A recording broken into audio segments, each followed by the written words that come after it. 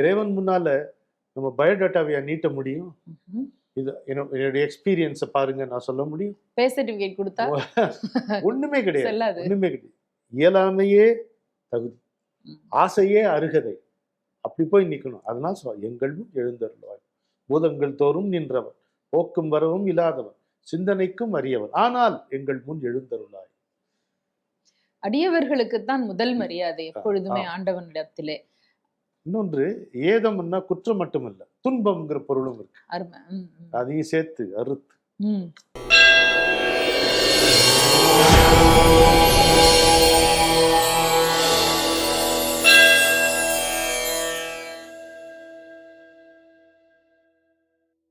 பூதங்கள் தோறும் நின்றாயனின் அல்லால் போக்கிலன் வரவிலன் என நினைப்புலவோர் கீதங்கள் பாடுதல் ஆடுதல் அல்லால் கேட்டறியோம் உனை கண்டறிவாரை. சீதங்கொள் வயல் திருப்பெருந்துறை மன்னா சிந்தனைக்கும் அறியாய் எங்கள் முன்வந்து ஏதங்கள் அறுத்தெம்மை ஆண்டருள் புரியும் எம்பெருமான் பள்ளி எழுந்தருளாயே. தெய்வத்தமிழ் டிவி நேயர்களுக்கு அன்பு வணக்கம். மார்கழியினுடைய 25வது நாளை இன்றைக்கு எட்டி வந்து விட்டோம். நாள் வந்ததா நாம வந்தோமா தெரியல எனக்கு, ஆனால் வேகமாக ஓடி வந்து விட்டது 25 நாட்கள். எனக்கு ஒரு கவலை எப்பவுமே உண்டு. இந்த மார்கழி முடிய போறது அப்படின்னா உத்தராயண காலம் வரும், பொங்கல் வரும், கொண்டாடுறோம், அதெல்லாம் வேற நாள். குளிர் போயிடுமே, வெயில் வந்துடுமே, வேர்க்குமே அப்படின்னு தோணும் எனக்கு. ஆனால் இந்த இன்றைய தினம் இந்த பாடல் எவ்வளவு அழகாக பூதங்கள் தோறும் இறைவன் இருக்கின்றான் என்கிறார். ஆனால் பார்த்தா வேத்தாலும் நமக்கு சிவன் ஞாபகம் தான். ஆமா ஆமா.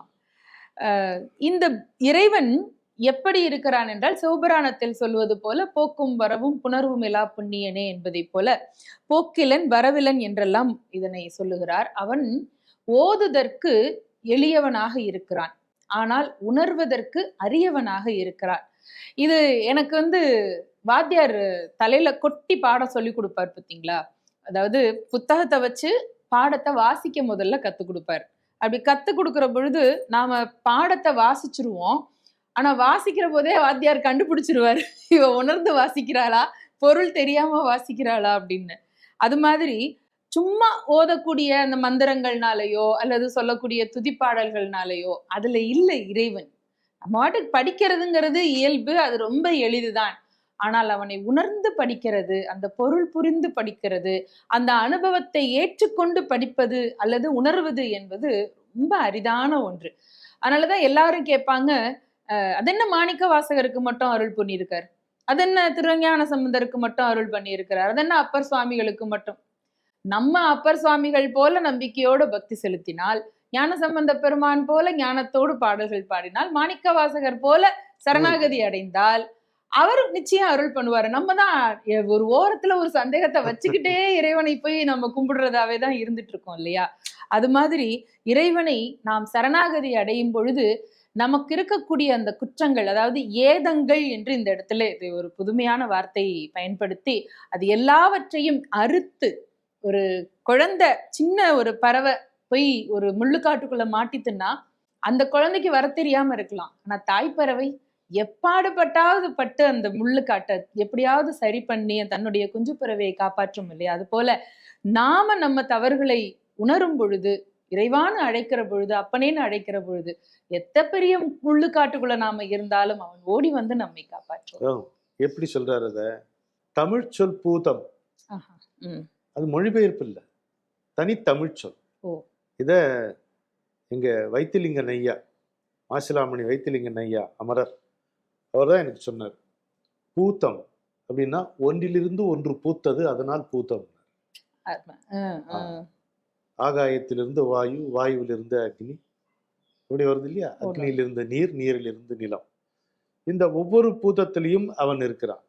சரி, எப்பேற்பட்ட ஒரு சாதனை அது! போக்கும் வரவும் இல்லாதவன் இருக்கிறான், ஆனால் வந்து போகிறவன் அல்ல. இது இன்னும் ஒரு திறம், அவனுடைய திறம். சிந்தனைக்கும் அரியவன். ரொம்ப அவனை சிந்திக்க முடியுமா? முடியவே முடியாது, அப்படி இருக்கு. ஆனால் எங்கள் முன் எழுந்தருளாய்.